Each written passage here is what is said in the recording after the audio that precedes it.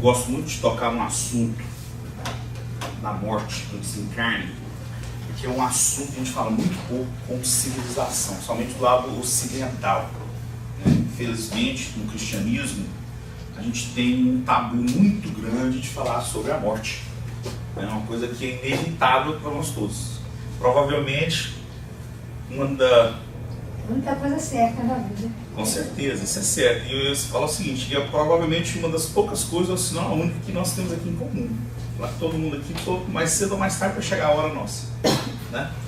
Então, na verdade, a gente não nos preparamos para esse momento. Então, o que acontece? A gente não faz nenhum preparo nosso para a gente fazer essa transição, quando a gente chega do lado de lá, para identificar que a gente desencarnou, que a gente morreu. Também não fazemos um preparo para aqueles que estamos deixando para trás, nossos familiares. Né? Não tem um preparo psicológico, né? Um fechamento de um ciclo que fechou e agora passamos por uma outra realidade. Né? Então a gente faz um preparo para onde estamos indo, o que está nos esperando lá, e não fazer um preparo para quem fica para trás também. Então por isso que é um tema que para mim pessoalmente é um tema que cada vez mais trazer à tona, né? Porque só com esse conhecimento é que a gente vai facilitar, logicamente, primeiro na nossa transição. Quando a gente desencarnar, a gente entender a nossa nova realidade. É uma das coisas mais comuns que acontece em mesa mediúnica, são espíritos que chegam na mesa mediúnica e ainda não sabem que desencarnaram, né? Ficam vagando. O papel nosso, depois que a gente desencarnou, realmente não ficarmos aqui mais na crosta terrestre. É nós passarmos para o mundo espiritual, realmente nas colônias espirituais. Então, quando a gente fica aqui preso, que são os famosos fantasmas, né, que ficam aí assombrando casa, e lógico, tem uma série de situações aí, né? A gente fica preso aqui pelas paixões, né, principalmente. Né? Estamos ainda muito materializados, presos às coisas materiais, né, que sejam coisas de valores que deixamos para trás, algum sentimento de amor, de vingança, né, que nos prende aqui. Então quanto mais a gente entender sobre todas essas situações, mais fácil vai ser a nossa transição. Né? E a perda dos entes queridos é igual, porque o que nós podemos fazer para aqueles que estão desencarnando? Vamos falar um pouco mais. O que nós podemos fazer? Os que ficam para trás. Os que ficam para trás também, como lidar com essa situação? Vamos falar um pouco sobre o luto, né? Que é normal. A gente vai sentir a falta, isso aí é normal. A gente vai sentir a tristeza, é normal. Mas a gente não pode deixar aquilo tomar conta da gente, né? A gente vai falar um pouco mais sobre isso. Então vamos lá. A perda de entes queridos nos abala profundamente. Mesmo compreendendo a grandiosidade da vida espiritual, até para os espíritas, né? E a eternidade da alma que aceita em todas as religiões, somos compelidos ao choro, à tristeza, e muitas vezes nos entregamos ao sentimento de incompreensão, como se aquilo fosse um castigo de Deus, uma sina. Isso acontece muito, né? Então, principalmente assim, às vezes, como a gente está falando anteriormente, não tivemos esse preparo para pessoas que estão partindo, às vezes a gente se revolta. E às vezes até coloca a culpa em Deus. Por que Deus está fazendo isso comigo? Por que eu tenho que pagar por isso? Por que esse sofrimento? Né? Então a gente não entende ainda que é um ciclo natural. Vai acontecer, como já aconteceu várias vezes, e ainda vai acontecer inúmeras vezes ainda. Né? A perda significa privação. Né? Você está perdendo alguma coisa. E qualquer pessoa que passe por uma privação sente-se como a pior dor do mundo. Morte é sentido como desamparo, somente quando a gente não teve aquele preparo. O luto é um sentimento de tristeza profundo em decorrência de uma perda. Então, é natural que nós vamos ter esse sentimento da tristeza, né? O sentimento da perda. Qualquer coisa que você perde, você tem. A gente aprende aqui em coisas menores, né? A perda de um emprego, a perda de alguma coisa que você gosta muito, você sente ruim com aquilo ali, né? Imagina a perda de um ser querido que você ama realmente, um pai, uma mãe, um avô, uma avó, um filho, uma filha, né? Um amigo muito próximo. Às vezes os nossos amigos são até mais do que nossos parentes consanguíneos, né? Então, o sentimento da perda é inevitável. Isso aí a gente vai ter que aprender como lidar com isso. É o que a gente vai falar um pouco mais para frente sobre isso aqui, ó. O luto é uma coisa que a gente vai ter que realmente passar, né? Agora, a gente vai entender como a gente deve lidar com essa situação. Não é como antigamente, não sei se vocês lembram antigamente, morria alguém, aí a pessoa falava assim, se vestia de preto e ele ficava daquele jeito ali o resto da vida. Será que é isso que é mesmo a proposta? De você se entregar daquele jeito ali e acabar sua vida porque uma outra pessoa fechou o ciclo dela aqui na Terra e a sua vida acabou também? Então vamos discutir um pouco mais sobre isso. Nós vamos entender que cada um de nós aqui individualmente aqui, zelar pela sua evolução espiritual. A doutrina espírita é muito clara nisso. Ninguém pode evoluir por ninguém. A gente pode auxiliar, você pode mostrar o caminho, você pode instruir, mas quem vai ter que fazer é a pessoa, cada um de nós individualmente. Então, essa responsabilidade cai em nós. Inclusive, essa é uma das dificuldades das pessoas lidar com o espiritismo. Entendeu? Porque não adianta, o espiritismo, o que ele fala? Ele chega e coloca essa responsabilidade na gente individualmente. Chega, ó, tá aqui, é você. Então as pessoas têm uma dificuldade para lidar com isso. Ó, que você realmente entende. Mas é uma questão lógica também. Você parar para pensar, faz sentido, né? Porque depende de nós. Vamos entender um pouco melhor aqui sobre os vários fatores que influenciam no modo de como a gente vai reagir de uma pessoa que desencarnou, né? Lógico, a idade faz uma diferença tremenda. Por exemplo, um avô, nossos avós que desencarnam, é um sentimento natural, porque a gente já tem essa expectativa, somente quando eles desencarnam em idade avançada. Meu avô desencarnou com 98 anos. Então, apesar que não era a hora dele, foi uma questão no hospital, ele adquiriu uma infecção hospitalar, né, que foi que realmente ele desencarnou por causa disso. Porém, ele já está com 98 anos, então foi assim, você teve aquele choque na família, mas já era uma coisa que já estava se esperando, né? Então, é mais difícil lidar ao contrário, né? Somente para pais. Perder filhos na idade muito nova é mais difícil, né? Então, como você vai lidar com aquela morte, o desencarne, é bem diferente. Então, a idade é um fator. A relação com quem morreu, claro, né? Então, às vezes a pessoa era às vezes até um parente, um irmão, uma irmã, um tio, alguma coisa, mas não era próximo. Tem isso também, né? Você tem, às vezes tem até uma pessoa que era um grau consanguíneo, porém não tinha afinidade. Então o sentimento é um pouco diferente. E às vezes um amigo que não tem o grau consanguíneo, a pessoa sente mais porque tinha afinidade, né? A pessoa convivia mais, era aquela pessoa que você se abria com a pessoa se abria com você, e assim por diante. Saúde, claro, se uma pessoa que já está doente, já vem doente aí por um certo tempo, somente a pessoa que está doente, com idade já avançada, né? Você já tem aquela expectativa que mais cedo ou mais tarde o desencarne vai acontecer. Então, todos esses são fatores para nos ajudar a lidar com aquela situação, né? A questão de quão repentina seja a morte. Então, uma coisa que não está esperando, vocês lembram, por exemplo, a morte do Ayrton Senna, quando aconteceu? Foi um choque muito grande. Por quê? Pessoas que nunca...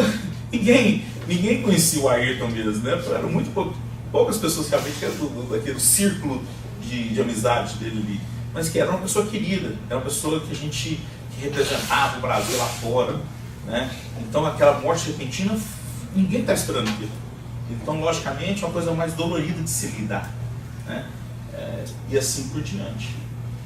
Essas duas aqui vão mais ou menos juntos, culturas e crenças religiosas. Em certas culturas e religiões, por exemplo, vamos colocar na Índia, no hinduísmo, né?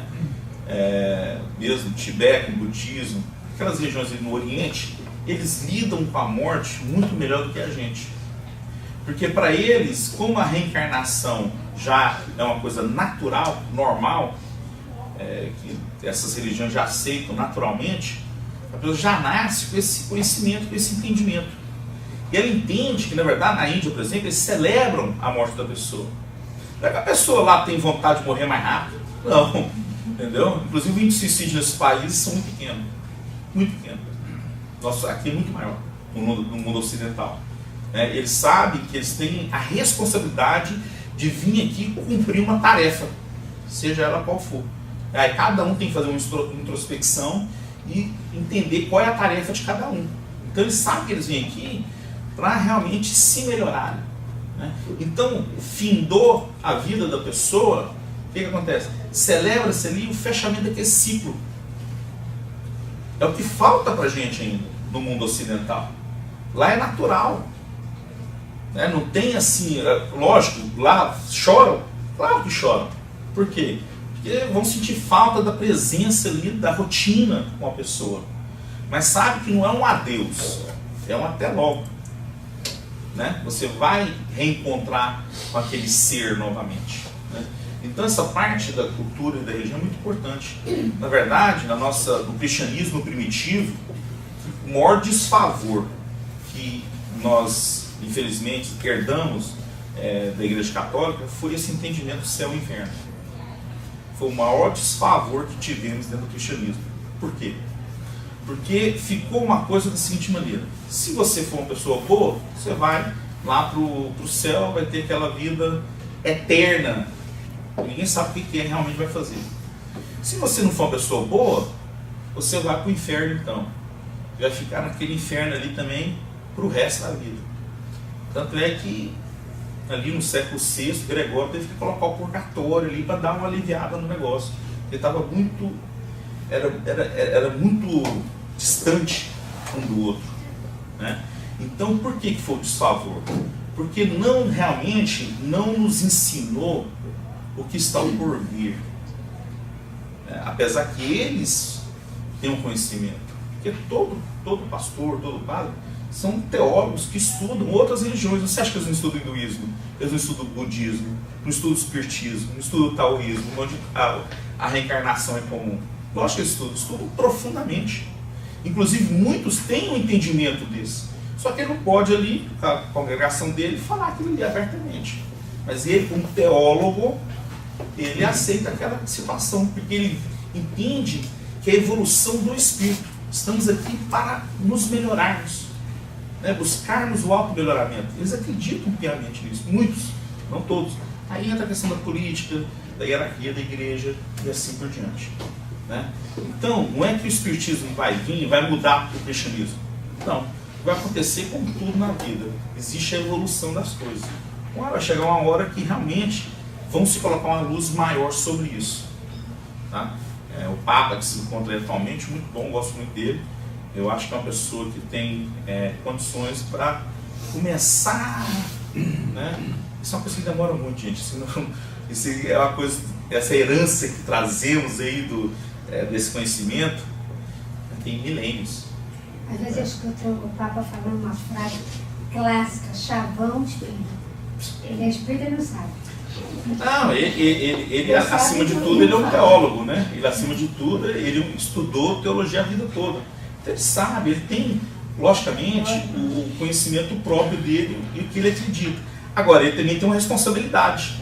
Ele não pode chegar simplesmente contra as leis que regeram, vamos dizer, a nossa sociedade moderna durante centenas e centenas de anos. Isso não muda assim. Então, mas é um processo. Então, a questão aqui da crença religiosa e da cultura é primordial no impacto da perda de um ente querido. Como a gente falou, no Oriente é mais fácil de lidar, porque a gente sabe que ali a pessoa fechou aquele ciclo, vai começar um outro ciclo agora já no mundo espiritual, para se preparar para eventualmente voltar aqui na Terra de novo, ou talvez em outro planeta. Nós ainda temos que lidar um pouco com isso. Por isso que eu falei no começo, eu gosto de trazer esse assunto à tona, para a gente cada vez mais nos educarmos, porque isso é muito importante. Segurança financeira. Claro, se é um pai de família, uma mãe de família, que era a pessoa que colocava o dinheiro mais na mesa, ali, a perda desse ente repentina é complicado. Porque, querendo ou não, por mais que somos seres espirituais, vivemos aqui, agora, no presente momento, no mundo material. E temos as nossas necessidades materiais. Né? Então, isso aí, você lidar com a perda de um ente querido, onde aquela pessoa ainda era aqui, colocava, né, todo o dinheiro dentro da casa ali, é complicado, não é fácil. A pessoa vai passar por um momento ali muito, muito complicado, até conseguir arrumar uma maneira de trazer uma outra fonte de renda ali para casa. Né? Antecedentes de outras perdas ou eventos traumáticos. Lógico que isso vai influenciar também como a pessoa vai lidar com a perda de entes queridos. Porque se você já passou por aquela situação, como qualquer outra coisa na vida, se você já passou por aquela situação, quando você passa novamente, você já tem uma expectativa de como a coisa vai acontecer, então você lida um pouco mais facilmente. Né? Então a primeira vez que a gente perde uma pessoa próxima da gente, é mais difícil. Né? Esse negócio, eu me recordo o seguinte, a primeira vez que eu tive que lidar com uma situação assim, isso tem muitos anos, logo que eu cheguei aqui nos Estados Unidos, e um cara que morava comigo, que era meu vizinho lá, em Goiânia, no Brasil, a irmã dele faleceu de acidente, um acidente de carro. E o pessoal ligando para ele, não conseguia falar com ele. E me ligaram no meu trabalho, e eu falei com a mãe dele. Falou, ó, fala pro Roberto que a fulana faleceu. Aí isso aí, pra mim foi um choque, na hora. Aí eu falei assim, cara, como é que eu vou falar pra esse cara, que era meu melhor amigo aqui, que isso aconteceu? Né? Você fica naquela, como é que você vai falar isso pra pessoa? Né? Não é uma situação fácil. Né? Mas como qualquer outra coisa, chegar e falar realmente, igual a gente está conversando, chegar para o pessoal, aconteceu isso, isso, isso. Né? Vai lá, você dá um abraço para a pessoa e fala, estamos aqui para você precisar. Né? Então, aqui está um negócio, tentar negar o sofrimento ou evitá-lo parece apenas criar mais problemas graves no futuro. Então não adianta a gente querer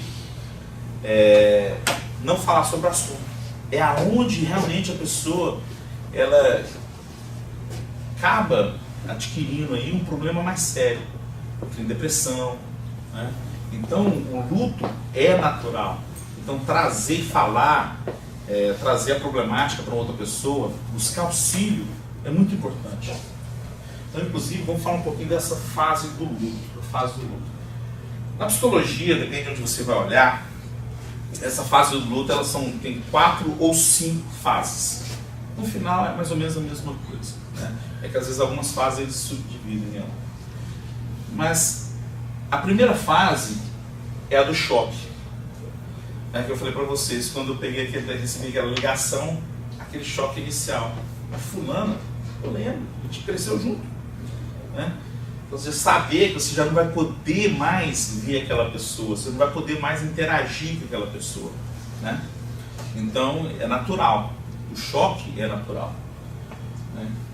Normalmente, o segundo passo é esse aqui, que a pessoa entra num sentimento de negação, né? Não está da procura, da saudade, fica lembrando, né? Fica em estado de incredulidade, não aceita. Né? Então é uma fase meio problemática. Essa fase, tudo vai depender de quanto tempo a gente passa nessa fase.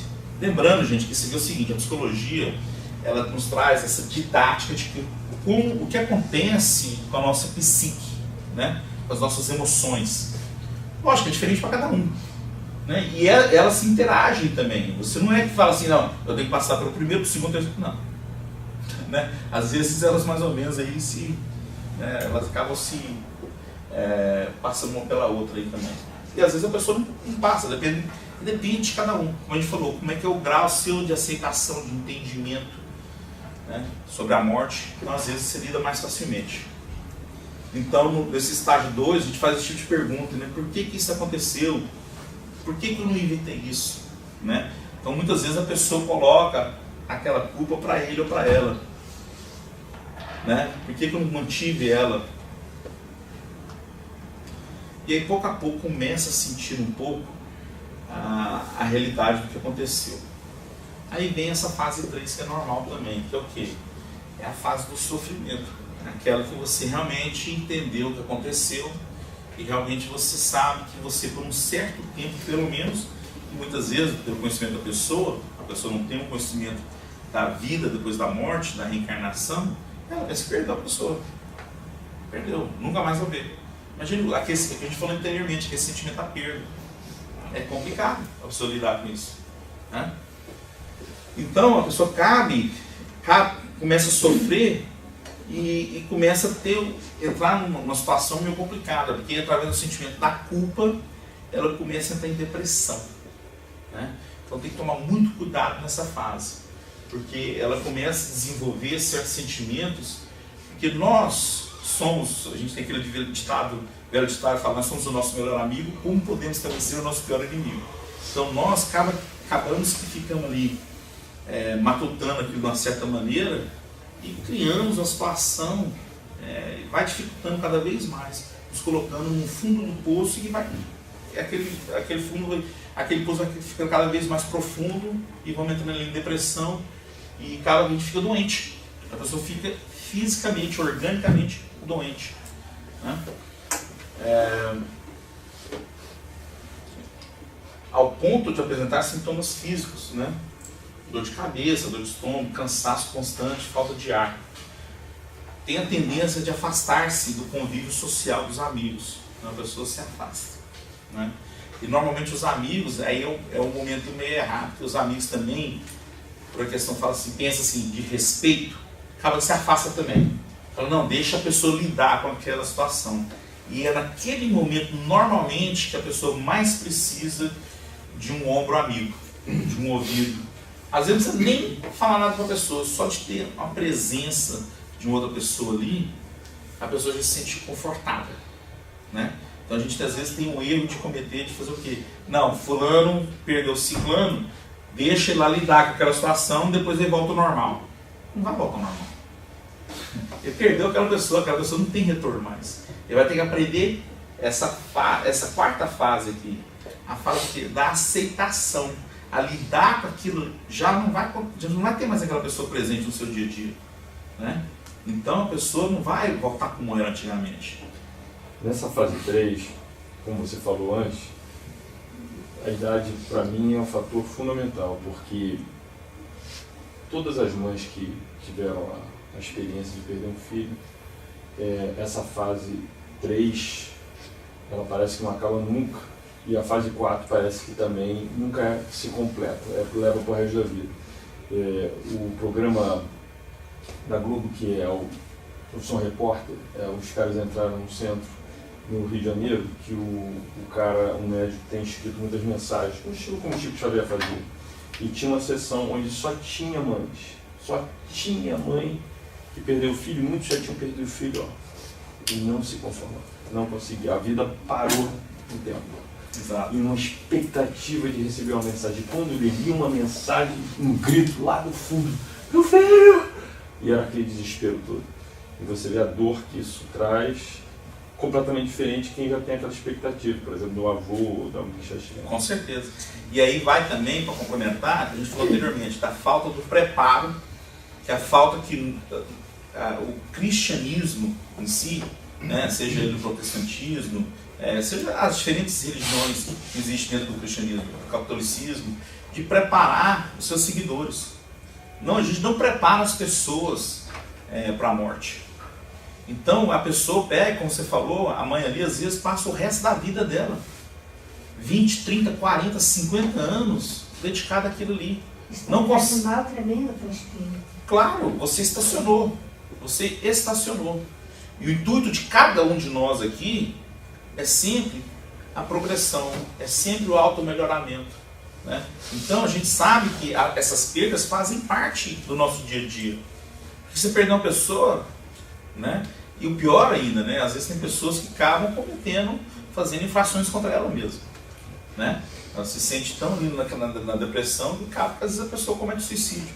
Imagina para você pensar uma situação onde ela se agrava de uma tal maneira que chega a esse ponto, né? Mas por quê? Porque falta justamente a informação. Falta justamente de explicar o que está ao porvir, né? Falta isso. Eu te falo que eu frequentei aqui nos Estados Unidos, eu nasci numa família espírita, fui criado no Brasil como espírita, meus pais, meus avós eram espíritas, só que aqui nos Estados Unidos demorou até eu achar o centro. Eu frequentei aqui 6, 7 anos uma igreja protestante, americana, pessoal muito bom, pastor muito bom, até hoje gosto muito dele, de vez em quando eu vou lá. Muito bom. Mas nesse tempo todinho que eu passei lá, em 6, 7 anos, eu nunca vi uma palestra dele sobre a morte. A congregação dele lá tem, cada dia lá tem no mínimo umas 12 mil pessoas. Quando tá cheio lá no Dia das Mães, num evento assim na Páscoa, lá tem 5, 7 mil, de cada vez. Então é uma igreja grande. Eu nunca, não tenho a recordação de ter visto um sermão dele sobre a morte. Você não vê em igreja católica também muito não. Entendeu? Então a gente cria esse tabu. É o grande desfavor que a gente faz para a sociedade. A gente tem que trazer a luz para as pessoas poderem lidar com essa situação, para poder lidar com isso aqui melhor. Entendeu? Porque a gente vai passar por isso aqui. Você vai ter o choque. É natural. Evitar um pouco dessa parte aqui, o número 2, da negação. Não tem que negar. Por que você vai ficar falando, por que isso aconteceu? Não. Era para acontecer. Morte é uma coisa, normalmente, gente, é programada. Ninguém morre por acaso. Morte é uma coisa que no mundo espiritual é levado muito a sério. Normalmente tem-se toda uma programação. Não é que falar assim, não. Então quer dizer que quando eu nasci, eu já tenho a minha data de que dia que eu vou morrer? Não. Não é assim. A gente tem uma programação espiritual, uma programação encarnatória do que a gente deve fazer aqui. E mais ou menos ali, onde a gente vai desencarnar. Não é uma data precisa, falar vai ser tal dia, tal hora. Não depende. Porque dependendo do que a gente está fazendo aqui, das nossas atividades, essa vida pode ser prolongada, como ela pode ser encurtada também. Mas como assim encurtada? Não, a pessoa começa a fazer muita bobagem, muita besteira aqui, está se complicando demais. O que os amigos espirituais dela vai lá e faz? Chama de desencarne compulsório. Vai lá e desencarna a pessoa. Por quê? Para ela não se complicar mais. Porque ela está se complicando muito, está cometendo muito erro. Para com ela e para com outros. Então, para evitar isso, vai lá e acontece isso. Então, é justamente isso. A gente não tem esse preparo. O ideal, a gente vai ter esse choque. Vai ter a parte do sofrimento, porque você vai ter um pouco da confusão, não tem como. E quanto mais rápido a gente chegar no número 4, que é o quê? É essa recuperação, a aceitação. Começar a olhar para o futuro em vez de se concentrar no passado. Quando a gente foca muito no passado, o que acontece? A gente entra em depressão. Porque no passado, a gente fica remoendo as coisas que aconteceram no passado. E normalmente as coisas negativas, as coisas ruins. Você acaba que emocionalmente você entra em depressão. É a mesma coisa quando você fica só pensando no futuro. Você fica só pensando no futuro, você vive ansioso. Você cria uma ansiedade. Então nós desenvolvemos espíritos na gente. Então ajusta-se a realidade da perda. A gente acaba ajustando aquilo ali, sabe? Infelizmente aconteceu. Aí você fala, o que eu posso fazer para ajudar aquele ser? Desenvolve novos relacionamentos. E desenvolve uma atitude positiva à vida, entendendo que nós temos a nossa responsabilidade individual, que ninguém é dono de ninguém. Nós temos esse sentimento possessivo de achar que, principalmente os pais, nós somos donos dos filhos. Não. Eu te dar essa notícia que nós somos donos de ninguém. Aquele ser pequenininho em mim mesmo, com 6 meses de idade ali, 1 ano, é um espírito individual. Que tem uma trajetória já programada. Nós, como genitores, estamos aqui para auxiliar. Mas não é dono de ninguém, não. Ninguém é dono de ninguém. A gente tem, infelizmente, esse sentimento, mas a gente está ali só para auxiliar. Então, esse aqui é o normal, as fases do luto. Mas perder é também evoluir. Mas como assim? Como é que você vai evoluir com essa perda? Aí é o sentimento. Separar-se de alguém que necessariamente precisa ausentar-se para alçar outros voos. é também evolução. Precisamos compreender isso como um desapego. É a nossa evolução da gente se desapegar, sabendo que aquela pessoa ali findou o ciclo dela aqui na Terra e agora ela está dando continuidade na sua evolução também. Então nós, como a nossa prova de amor para com eles, é aceitar e pensar em como posso auxiliá-lo. A gente vai falar mais para frente como a gente pode auxiliar, né? É a gente entender e se desvencilhar desses sentimentos. Porque quando a pessoa, eu falo um pouco mais para frente, mas já vou aproveitar o gancho. Quando a pessoa desencarna, quando ela é muito ligada com a gente emocionalmente, laços de amor, nós estamos conectados fluidicamente, energeticamente. Quando a pessoa desencarna, você não perde esse laço de conexão.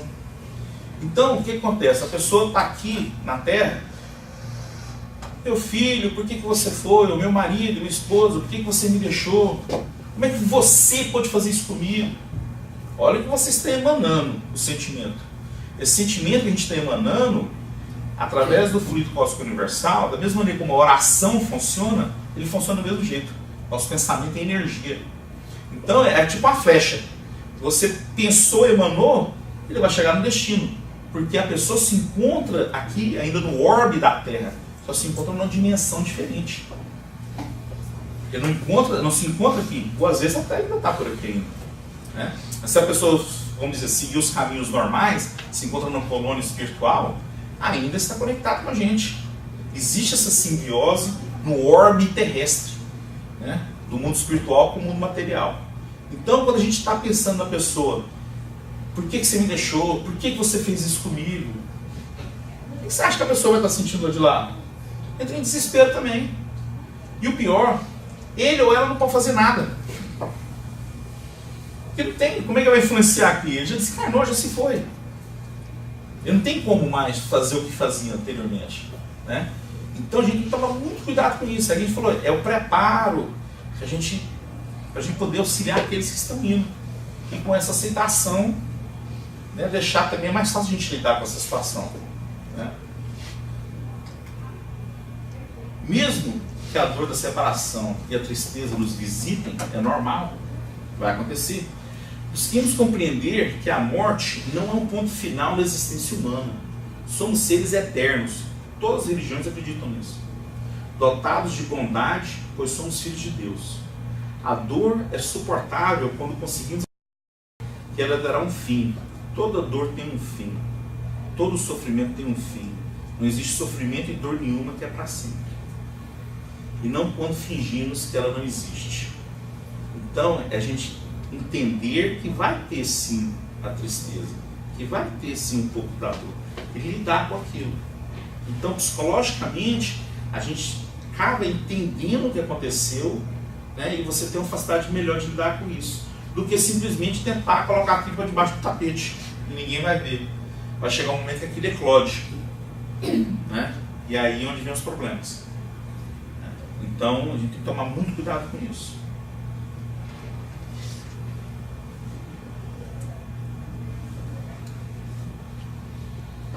Isso é muito importante. Ainda que haja uma separação aparente entre os homens e o mundo espiritual, e que isso nos cause algumas vezes a dúvida quanto à continuidade da vida, estamos todos conectados. É aquilo que falei para vocês anteriormente. Estamos todos conectados fluidicamente, energeticamente. Então, quando a gente está naquela, chorando, no desespero, a gente está emanando isso. E, por recipiente, a pessoa recebe isso lá no mundo espiritual, né? Imagina a tristeza que a pessoa fica. Então a gente não está auxiliando a pessoa em nada, né? Ter sentimento, a tristeza é normal, você vai sentir. É fazer, pô, perdi meu pai, perdi minha mãe, perdi meu avô. Lógico que você vai sentir falta, né? Mas você também, uma coisa é você reconhecer e falar, ó, estou com saudades. É tipo uma pessoa que viajou, uma viagem longa, por exemplo, naquela época, quando viajar não era uma questão comum, né? A pessoa está no Brasil, a pessoa vem para os Estados Unidos ou vai para a Europa, né? Você sabia que ia ver a pessoa depois. Vai passar uma temporada sem ver a pessoa, mas eventualmente você vai reencontrar com aquela pessoa, né? É a mesma coisa, a pessoa desencarnou, gente, se existe realmente o laço amoroso, você vai reencontrar com aquela pessoa. Mesmo que as pessoas se encontrem na evolução espiritual, nesse espectro, em situações diferentes. Um grande exemplo no livro O Nosso Lar. O Nosso Lar mostra um exemplo disso. Vocês lembram, por exemplo, da mãe do André Luiz? Né? A mãe do André Luiz já era um espírito, já numa alçada mais elevada, se encontrava num nível espiritual mais elevado, mas mesmo assim, ela não deixou de zelar por ele. E assim que teve a primeira oportunidade e autorização da providência divina para se reencontrar, eles se reencontraram.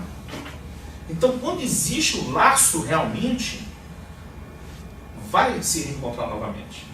Agora, quando não existe o laço, normal, cada um segue uma vida. Né? Tivemos uma experiência juntos aqui e agora vamos partir para outra.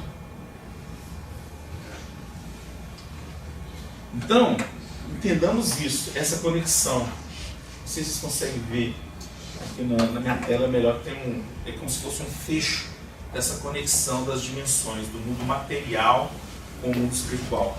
Né? Entendamos que não existimos somente para esta vida, que é de transitoriedade em nossa eterna luz. Compreendamos que o desenlace carnal é o encerramento de uma etapa e não o fim de uma vida. Tá? Então a gente entender que nada mais é do que uma etapa. E entender que mais ali na frente iremos reencontrar novamente com aquela pessoa. Para aquele que parte é também um momento de temporária perturbação, onde se fica por um tempo tateando entre o essencial e o efêmero, entre o espiritual e o material, sem saber exatamente para onde seguir. Aí vai a importância do que nós podemos fazer para os que estão partindo. Primeiro assim, esse estágio de perturbação, todos nós passamos de 2 vezes. Passamos quando vamos encarnar na Terra, né? Nós entramos no estado de perturbação, o preparo para a encarnação, a gente está saindo do mundo espiritual para entrar na Terra, e ao contrário também, quando a gente desencarna, ele passa também por estágio de perturbação. É aquele estágio que você ainda não tem o entendimento que você desencarnou. Né? É as pessoas que o que mais acontece em mesmo mediúnica. A pessoa chega, está perdidona, entendeu? Não sabe. No fundo ela sabe. No fundo a pessoa sabe que tem alguma coisa diferente, mas como ninguém nunca preparou ele ou ela para aquilo, então a pessoa está confusa. Ela assim, eu sei que está meio diferente as coisas, eu falo para as pessoas, elas não me escutam. Eu vou lá na minha casa, ninguém olha para mim. Ela sabe que no fundo tem alguma coisa errada. Entendeu? Mas ainda não entendeu o que é. E aí logo acorda para isso. Né? Então, cabe a gente, o que a gente pode fazer? Isso aqui. Por isso que é importante que os familiares e amigos se recolham em prece, um momento de desenlace, enviando vibrações energéticas que auxiliem o irmão desencarnado a encontrar na dimensão dos espíritos o amparo de que necessita. A prece, na verdade, a gente não dá o valor que ela realmente precisa. A prece, a oração, é a ferramenta mais importante que nós temos. E às vezes que a gente menos usa. A gente às vezes não usa aqui ainda. Né? Se nós não temos o hábito de orar, vamos estabelecer. A oração, o que ela faz com a gente? Primeiro, faz a gente se conectar com os nossos entes amigos, nosso anjo guardião, nossos amigos espirituais. Porque eles ficam numa frequência um pouco mais elevada. Por quê? Porque são espíritos numa alçada mais elevada do que a nossa. Então nós temos que nos elevar. Não é eles abaixar para chegar ao nosso nível. É nós que temos que fazer essa elevação. E essa elevação acontece no momento quando a gente está orando. Por quê? Na oração vem ali o nosso, que a gente tem de melhor, o nosso sentimento do amor. A gente deixa de fora ali tudo que é de negativo, as nossas mazelas que carregamos, estamos colocando ali o que há de melhor. Né? E aí conseguimos conectar com eles. Conseguindo conectar com eles, automaticamente o que acontece? A gente desconecta dos amiguinhos espirituais que querem nos prejudicar. Porque todos nós temos seres, infelizmente, de coisas de acertos de vidas passadas, de coisas que deixamos mal acertado, né? Obsessores, pessoas que vêm cobrar. Né? Então, para a gente se desvencilhar desse pessoal, o que tem que fazer? Mas tem que ver que a gente mudou. A gente não é mais aquele ser de antigamente. Né? Então tem que ver que a gente está querendo melhorar. Então a oração nos faz isso. A oração nos conecta com nossos amigos espirituais e desconecta dos nossos obsessores, dos nossos inimigos espirituais.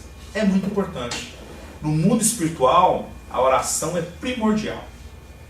Então, muitas das vezes o que acontece? A pessoa não tinha o hábito de orar aqui, acaba desencarnando, não tem o hábito de orar lá também, e ela fica perdidona, ali zanzando no mundo espiritual, gente.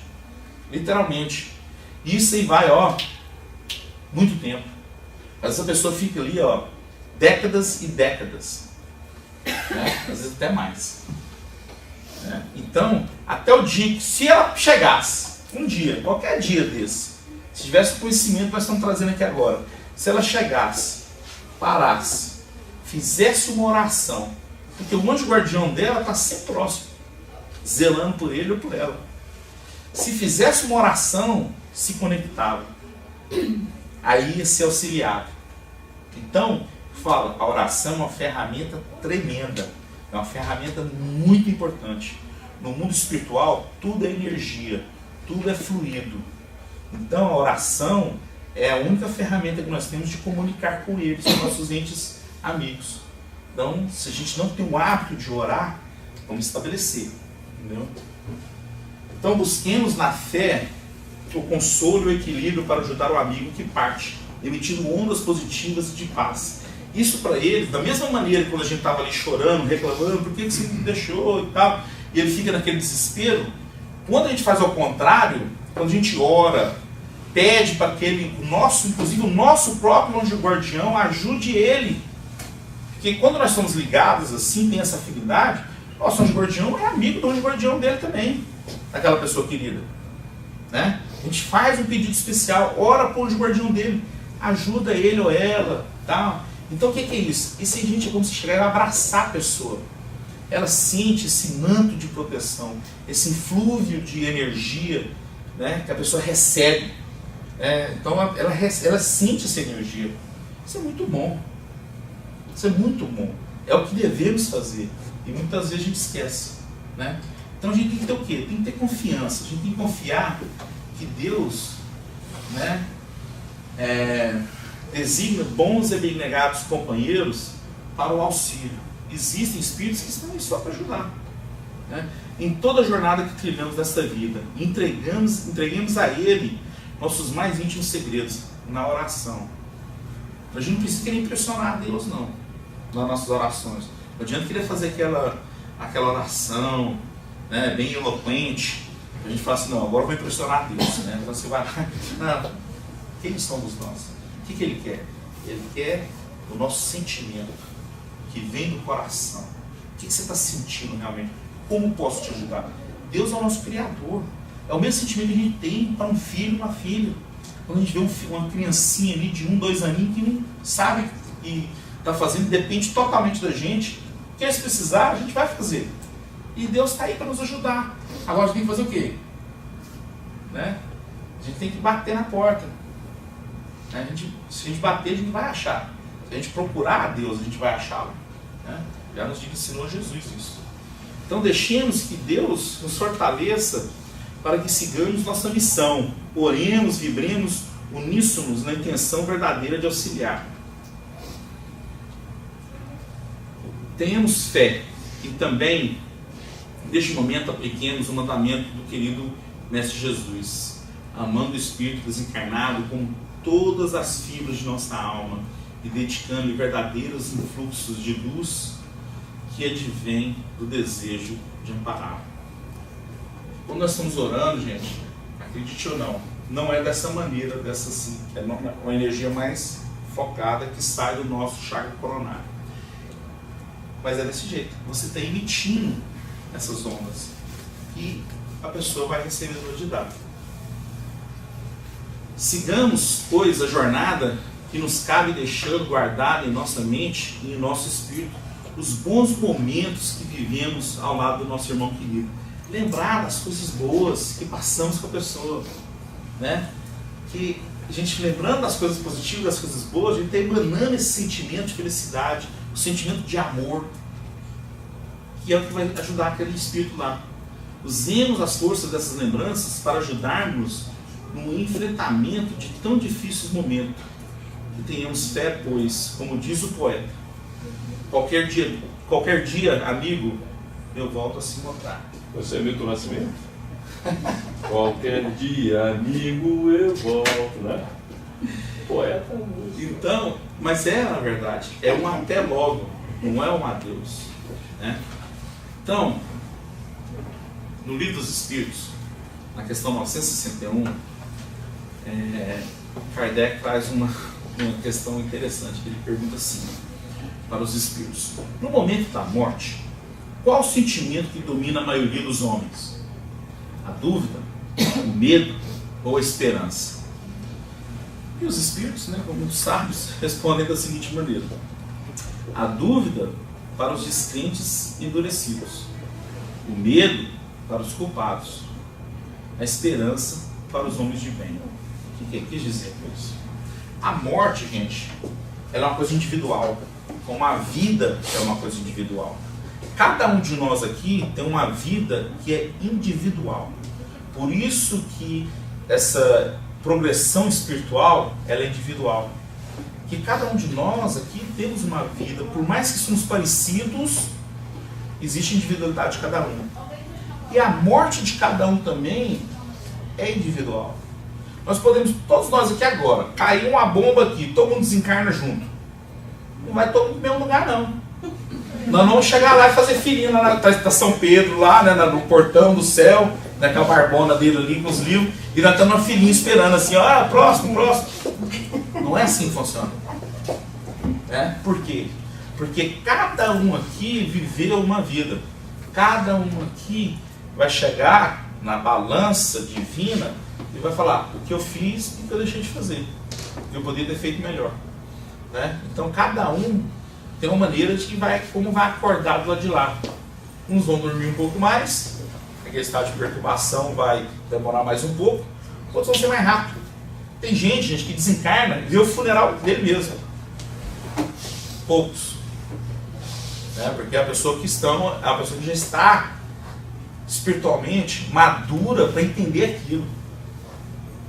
Então você já tem a maturidade espiritual. São duas coisas diferentes da pessoa da idade. Você é uma pessoa que desencarnou nova. E ela consegue ver o próprio funeral, ver os parentes chorando, aquela confusão. Então a pessoa tem que ter uma maturidade espiritual para lidar com aquilo. Então a morte é uma coisa individual. Para encerrar, eu queria trazer para vocês uma coisa que é muito importante.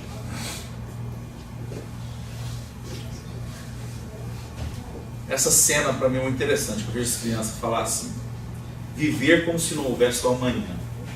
A criança, ela é muito interessante, porque se vocês lembram quando éramos crianças, aqui não tem nenhuma criança, infelizmente, você lembra que os sentimentos nossos eram ali do momento. Às vezes você brigava com um amiguinho, de brigar mesmo, saía os dois socos mesmo, brigar um com o outro, passava 5 minutos, estava abraçado, beijando, tava, A criança deixa tudo ali no momento. A criança não vive nem o amanhã, nem o ontem, ela vive o momento. Quando a gente vai envelhecendo, a gente perde isso. A gente começa a viver muito no ontem, no passado. Aí o que acontece? Entramos em depressão. A gente está vivendo no passado. Pensando sempre, somente coisas negativas. Quando a gente vive pensando no amanhã, quando acontecer isso, quando eu tiver aquele emprego, quando eu tiver aquilo, quando eu achar a pessoa da minha vida, tal, você sempre vai viver uma pessoa, você cria a ansiedade, você sempre vai se tornar uma pessoa ansiosa. Criança não tem isso. Criança vive o momento. Infelizmente a gente perde isso. Então a gente tem que pegar e voltar um pouco às origens e trazer isso de volta. Por isso que Jesus sugere que a gente viva como criança. Claro. Então, isso aqui é interessante. A psiquiatra suíça, o nome da minha filha, Elizabeth Kubler-Ross, que se tornou famosa no mundo inteiro por seus trabalhos junto a pacientes terminais. Um trabalho interessantíssimo. Ela entrevistou quase 1000 pessoas. Isso é uma obra muito boa. Observou que a maioria das pessoas traz pendências, assuntos não resolvidos e traumas que eclodem na hora da morte. Isso é muito importante. Falar o porquê.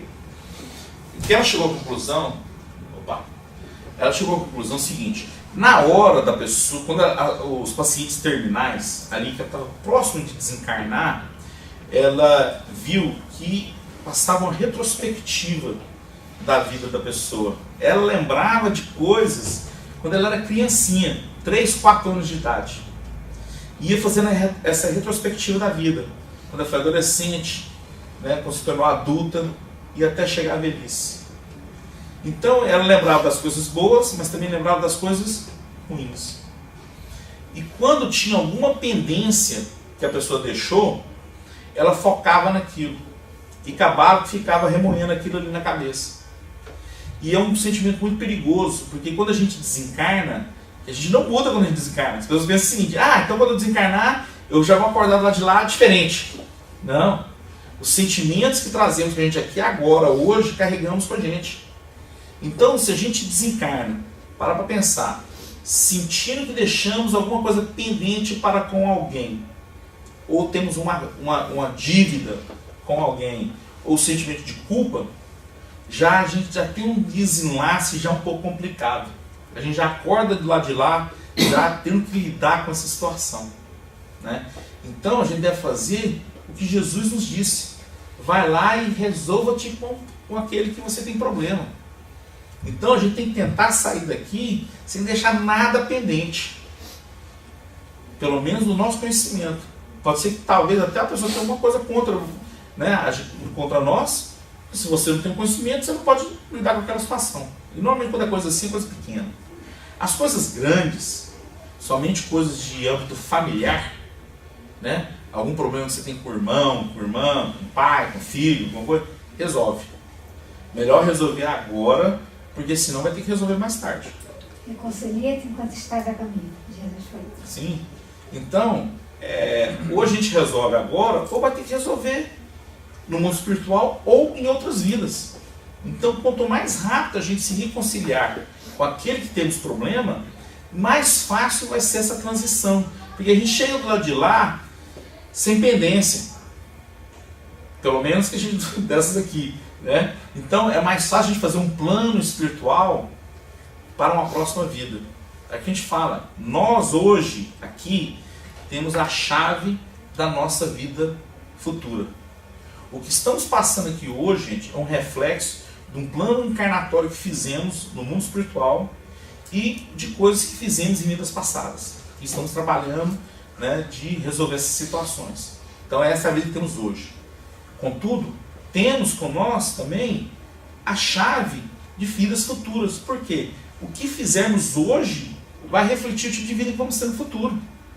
Então hoje temos condições de deixar essas coisas tudo acertadas, pendência. A melhor coisa que tem é resolver essas coisas. Eu tinha uma pessoa que eu tinha uma pendência dessa pessoa no Brasil há muito tempo. E mais ou menos tem uns 5, mais de uns 5 anos, eu consegui resolver essa pendência com essa pessoa. Foi a coisa que me deixou mais feliz. Porque eu sabia, e não era por mim, eu não tinha problema com a pessoa, você que a pessoa tinha problema comigo. E a gente finalmente se resolveu. Foi a melhor coisa. Sabe que é aquele negócio assim, tipo assim, um a menos. Você fala assim, eu não tenho que lidar com essa situação, não vou precisar lidar. Né? Então, é isso. Mas o que aconteceu? Você tem que ser proativo. Não adianta a gente ficar esperando que o outro vai vir. É a hora, a grandeza, gente, é você ter a humildade de, mesmo sabendo que está certo na situação, de você ir lá e se resolver. Põe a pessoa mais em cima. Deixa ela pensar que às vezes você talvez está até errado na situação. Mas não é isso. A questão normalmente, quando já existe esse perdão mútuo, já né, não tem aquele negócio que estava certo e quem estava errado. É aquela assim, vamos resolver? Vamos, então tranquilo? Então, abraça. E ali findou. Né? Então, resolve-se enquanto pode. Essa é a mensagem. E depois, quando a gente passa pela de lá, quando a gente chegar nesse momento que a doutora Elizabeth colocou pra gente, quando a gente vai fazendo aquela retrospectiva, a gente vai lembrar de tudo que aconteceu, as coisas boas e ruins, e no final falar assim, o que eu, pelo menos de consciência própria, deixei aqui mais ou menos resolvido. E aí você vai mais tranquilo. É um desencarne até mais tranquilo. A pessoa desencarna mais feliz. Você acorda do lado de lá mais leve. Né? Então, o que acontece muito, as pessoas deixam as coisas mal resolvidas, quando passa por lá de lá, às vezes a pessoa ela acaba se tornando eventualmente um obsessor, porque ela quer voltar aqui para resolver a situação, de as pessoas ficarem para trás, desencarnadas. Aí fica aquele ciclo, aí vira aquela coisa. Ela está desencarnada, obsidia uma pessoa aqui, depois aquele desencarna começa a obsidiar ela e fica. E isso vai às vezes vidas e vidas e vidas. Né? Então, tenta resolver o mais rápido possível. É isso. Alguma pergunta, algum comentário sobre o assunto? A gente tem 5 minutinhos. A gente pode falar alguma coisa, senão a gente pode passar para o máximo. Eu tenho uma ilustração do que aconteceu com a minha família. Eu tinha uma tia que viveu lá em casa até 100 anos. Já nem ela sabia quantos anos ela tinha, porque ela é imigrante judia, veio da Europa. E ela, como todo judeu, muito tradicionalista, muito apegada às coisas, à família, às tradições. Por mais que minha mãe, sendo espírita, conversava, já colocava algumas sementes, ainda assim não era o suficiente, era muito, muito apegada a mim. Quando ela veio falecer de velhice mesmo, foram mais ou menos 2 anos na qual a minha irmã, que ela era muito apegada a ela, adoeceu de tudo quanto é doença que você pode imaginar. E chegou a um ponto, e olha que não houve desespero, não houve choro, não houve nada, a gente sempre mandando boas vibrações para ela, mas ainda assim não foi suficiente, porque ela, pelo desconhecimento e por causa da religião e tudo mais, ela, quando ela acordou no plano espiritual, o medo e o desespero do desconhecido, é lógico que forçou ela com um imã diretamente ao comfort zone dela, que era a casa. A casa, claro. Então ela volta para dentro de casa.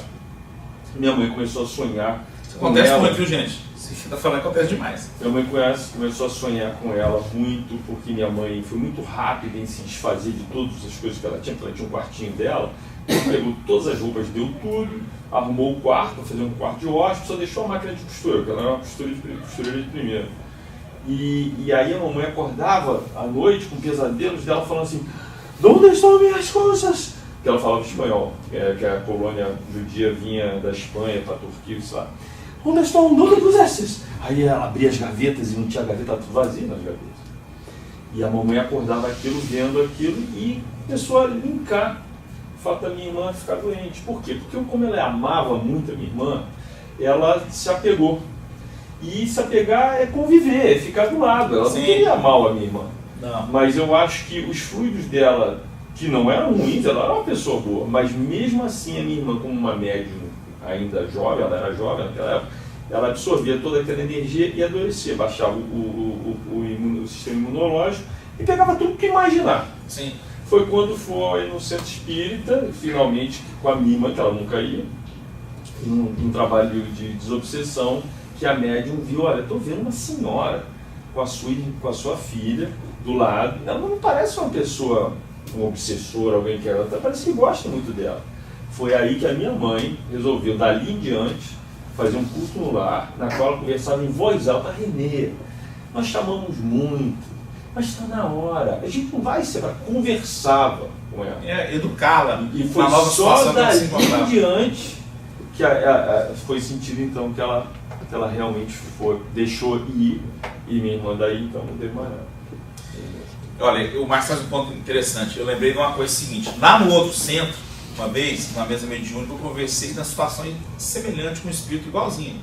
Mesma coisa, era uma avó que estava prejudicando a filha na casa dela. Né?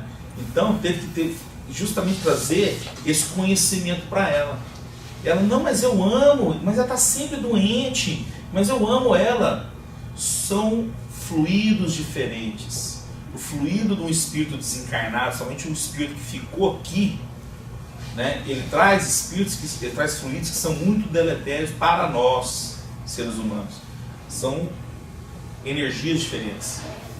Porque se fosse um espírito de alçada, diferente. Ele ia ficar assim perto da gente e trazia, né, fluidos positivos para a gente. Mas normalmente isso não é o caso, né? Então isso aí acontece mais, essa situação de graça, você falando aí, eu lembrando das situações, tem muitos anos que aconteceu lá. Mesma coisa. Então, quer dizer, você vê, ela não tinha intenção de prejudicar a neta. Mas por que ela ficou aqui? Porque a gente já não tinha o quê? Esse conhecimento. Ela não sabia como lidar com a morte. Ela desencarnou. E aí, o que eu faço agora? Ninguém me falou. Sabe, já aconteceu muitas vezes também, de falar com o espírito que é o seguinte, isso aí já vai daquele entendimento religioso. Por exemplo, o espírito, ele achava que na morte ele fazia o quê? Ia dormir. Então, ele ia dormir e acordar depois com as trombetas do céu, onde Jesus estava voltando. Já falei com vários espíritos também, que o espírito estava ali vendo, viu o seu próprio corpo, ali vai apodrecendo ali, e ela vendo aquilo ali, dormindo do lado do caixão, né? Até ela vir numa mesa mediúnica e você trazer ela. E era uma pessoa, mas eu frequentava, eu ia na igreja 2, 3 vezes por semana. É aquilo que eu falo, não é? É questão do conhecimento. Não era uma pessoa ruim. Só que ela fez o quê? O que falaram para fazer. Porque no entendimento dela é que quando ela morresse, ela ia fazer o quê? Ela ia dormir. E foi o que ela fez. Só que ela não estava dormindo, né? Então é isso. Então por isso que a gente deve buscar cada vez mais conhecimento sobre o tema, porque é uma coisa inevitável, vai acontecer. E hoje a doutrina espírita é muito rica com esse tipo de informação sobre o que acontece no desencarne, né? Livros, você não quer ler livros mais técnicos como livros espíritos, né? Os livros mais um pouco mais complicados, lê André Luiz. As obras de André Luiz é muito boa, uma leitura tranquila. Você lendo as obras de André Luiz, você tem um conhecimento muito bom de como funcionam as coisas no mundo espiritual, incluindo, né, o desencarne também. Beleza? Então tá bom.